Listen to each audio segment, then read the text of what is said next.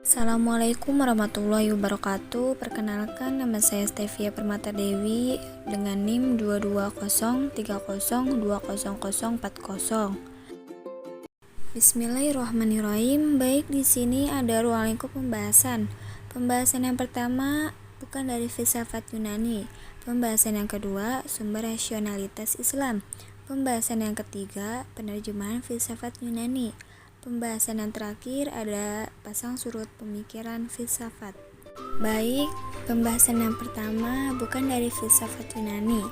Pemikiran-pemikiran filsafat Yunani yang masuk dalam pemikiran Islam diakui banyak kalangan telah mendorong perkembangan filsafat Yunani Islam menjadi makin pesat. Meski demikian, menurut ditulis Oliver Leaman, pembahasan kedua ada sumber rasionalitas Islam. Pemikiran rasional filosofis Islam lahir bukan dari pihak luar, melainkan dari kitab suci mereka sendiri, dari Al-Quran, khususnya dalam kaitannya dengan upaya-upaya untuk menyelesaikan antara ajaran teks dengan realitas kehidupan sehari-hari. Pembahasan yang ketiga ada penerjemahan filsafat Yunani. Filsafat dan pemikiran Yunani sesungguhnya telah mulai dikenal dan dipelajari kaum sarjana di kota Antios, Haran, Idisa, dan Kinisin. Wilayah Syria Utara, karya-karya dan filsafat Yunani tersebut kemudian diterjemahkan ke dalam bahasa Arab. Proses penerjemahan itu sendiri paling awal dimulai kekhalifahan Bani Umayyah 661 sampai 750 Masehi. Selanjutnya di sini ada tokoh-tokoh filsafat Yunani, bisa dilihat ya. Selanjutnya pembahasan yang terakhir ada pasang surut pemikiran filsafat. Pemikiran filsafat Islam yang berkembang pasca penerjemahan atas buku-buku Yunani. Kemudian semakin berkembang tokoh yang dikenal sebagai orang rasionalis murni yang hanya mempercayai akal. Menurut semua pengetahuan pada prinsipnya dapat diperoleh manusia selama ia menjadi manusia. Baik, kesimpulan materi ini, dalam bagian akhir ini ada beberapa hal yang perlu disampaikan.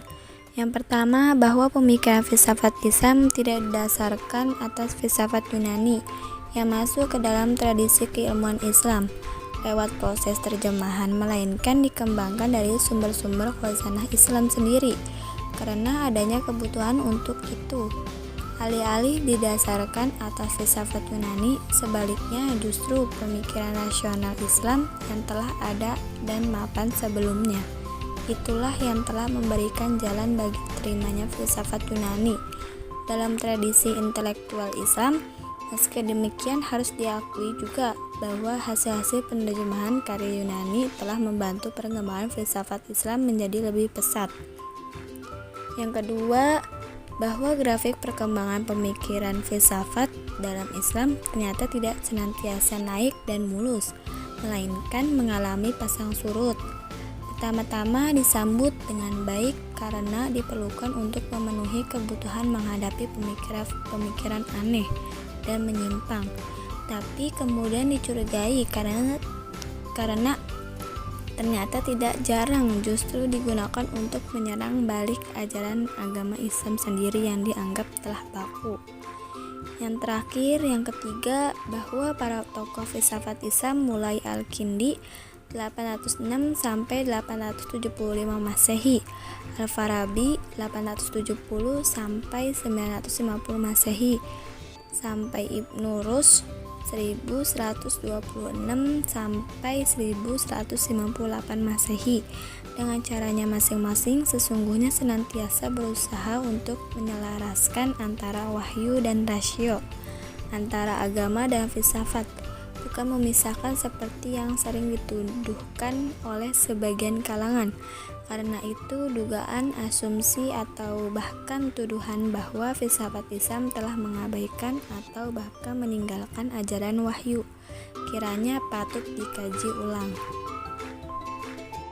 Baik, cukup sekian penjelasan dari saya. Apabila ada kata-kata yang salah, mohon dimaafkan. Semoga bermanfaat. Wabillahi taufiq walhidayah. Wassalamualaikum warahmatullahi wabarakatuh.